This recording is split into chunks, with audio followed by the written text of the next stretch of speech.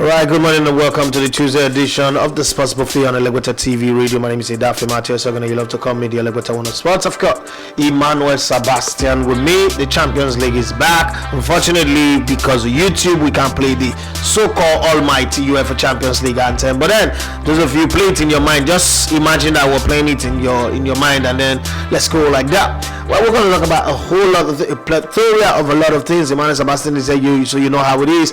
But let me first off greet Emmanuel. Emmanuel, good morning and welcome to the show. All right, good morning to you. Good morning to all our listeners. People still use big computers. Bros, calm down. Do people still use this type of laptop that look like signboard?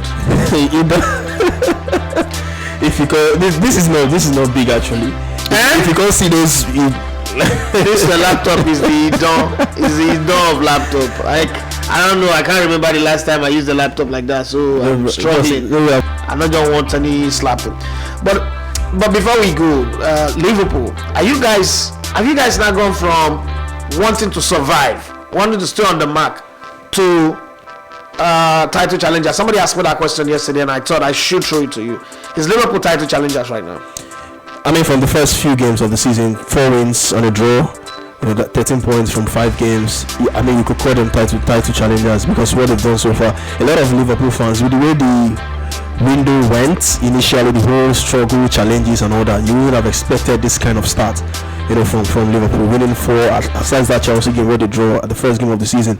So right now, I would say Liverpool are title challengers amongst the team in the top 4. Can you say Liverpool would win the title at the end of the season? No, I won't. It's really hard to tell that. But how many teams are going to be above Liverpool at the end of the season? I think it's just going to be Man City and maybe Arsenal. I just want to see how they're going to play with their Champions League run and and the league as well. So aside Man City, Arsenal, I can't see any other team. Arsenal is still an asterisk in it, but I want to see how they're going to. Do you think that Mikel Arteta rotating his goalkeeper is a bad move? I actually wanted to throw that to you as well, but okay. I think for goalkeepers, is a position you want. I mean, David Raya coming in as number 2. I don't think he would want to sit on the bench. So I think your goalkeeper is a position you want, stability going forward. You hardly rotate in the goalkeeping position. It will be interesting for Mikel Arteta. I don't know how he's going to do that, how he's going to handle both goalkeepers, but you could tell that those 2 goalkeepers are first choice goalkeepers. They can be first choice goalkeeper anywhere. So I don't know why was the English media overreacting? Could he? I mean, if Raya and if Ramsdale was, let's say, an African goalkeeper, the way you have Kepa Arrizabalaga and Edward Mendy at the point, would they have reacted like this? Because don't forget that Ramsdale came from relegation, came from nowhere, and upstage a German national team goalkeeper, Ben Leno, and nobody reacted. And then all of a sudden, a goalkeeper, I mean, this guy's missed only 1 game since he signed for Arsenal. And then you change him, and then the way the English press are reacting, are they reacting because they feel an English player has been undone, or they are reacting because it's a normal thing to do with football? You could, I mean, David Ramsdale is English. Ramsdale is English, so you could tell, where the whole drama and the noise is coming from. But you look at David Raya in that game.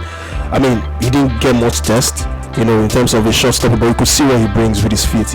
I mean, his distribution was top notch in that game, and you could see that is actually what he brings. That he's better than Ramsdale, what we can see at the moment. So I wouldn't fault Arteta for that, but going forward, I would like to see how he's going to handle the situation with Aaron Ramsdale as well. But it's clear you could see what the Raya brings. Ramsdale definitely comes in tomorrow for the Champions League game against PSV. You think he comes in? I think he comes in directly.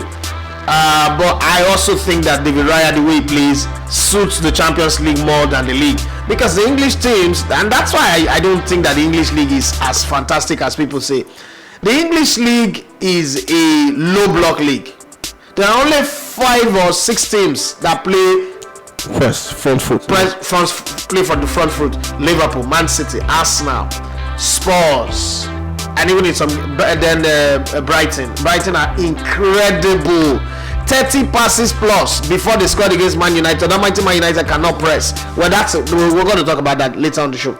Now, the rest of the teams in the Premier League are low blockers. So sometimes it is more sit back, hit the opposition on the counter. But European football, everybody's coming out coming up out. It doesn't matter how small they are, whether you are Red Star Belgrade or you are Apollonia Warsaw or Ammonia Pneumonia Nicosia, whatever they are, everybody is going all out. Like, let's go Congo, let's go attack, let's go play. And a player like David Raya, I would have thought David Raya is good for the Champions League, because that means that if you have a man who stands on the shoulder of the last man, goalkeeper can play the long one forward, and then you can counter. You are listening to Elegbete TV Radio.